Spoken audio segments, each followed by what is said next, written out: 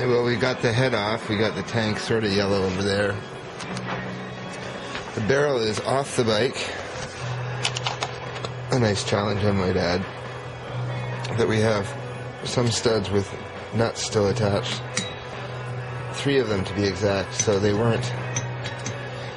They either came out from the factory being not Loctited in there, or they came out by being put back in not correctly and not Loctited in. But we won't worry about that. We're going to worry about trying to get them off the nuts now.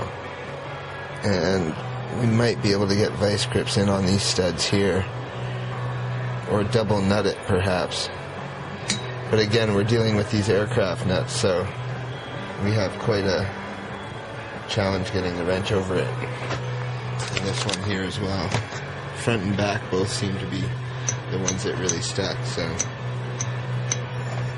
inside, the barrel looks really nice actually. Glazed, it's shiny, but there's no step on that. None that I can really feel, and still a little bit dirty. I haven't really cleaned them out, so if you see any marks, they're going to be, you see I just wiped that away. Pretty nice shape. As good a shape as a 441 barrel I've used before, and no scoring, and no ridge at the bottom, right around this area, the maximum lowest position.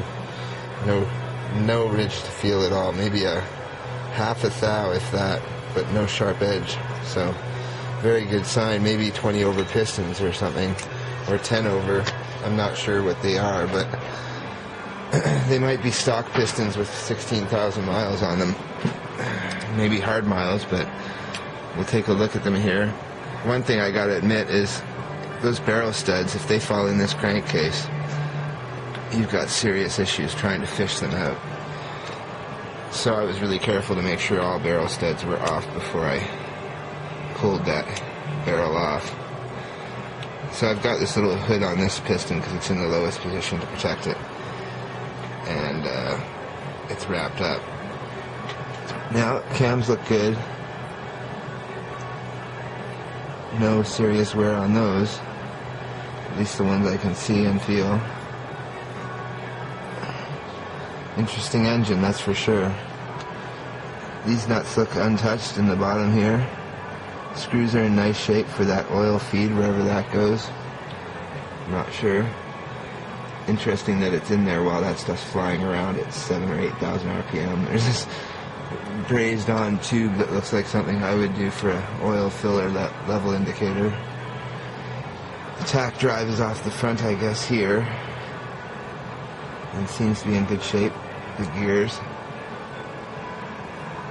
and we've got the other cams here with no ridging at all or excessive wear on them. We'll be sure to put some paste or zinc on those for sure before we reassemble them. This cam lube's important. All our circlips seem to be in place on our pistons.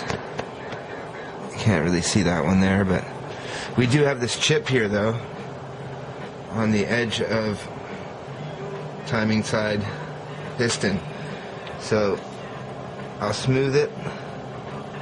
It's not reaching the actual dimension of the solid part of the piston, just the lip. Can't weld it, so I'll smooth it so that we don't create any fractures from that further, and I'll do that before assembly if I can't find another piston to replace this one with. Over here we have nice polished rod and very shiny, so I'm not sure if, I wouldn't be surprised if in '69 they polished these rods when they sent them out. It was the high performance superbike of the day, so they're in very nice shape and I haven't smashed them around.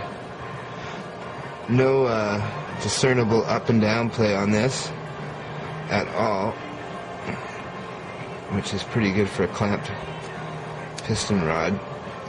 And side to side, I would say there's about a thou, if that, on all of them.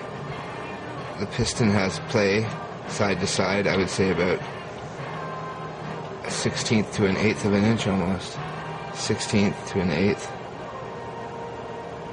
16th probably. More than my 441. Feels about 16th, 3/30 seconds maybe.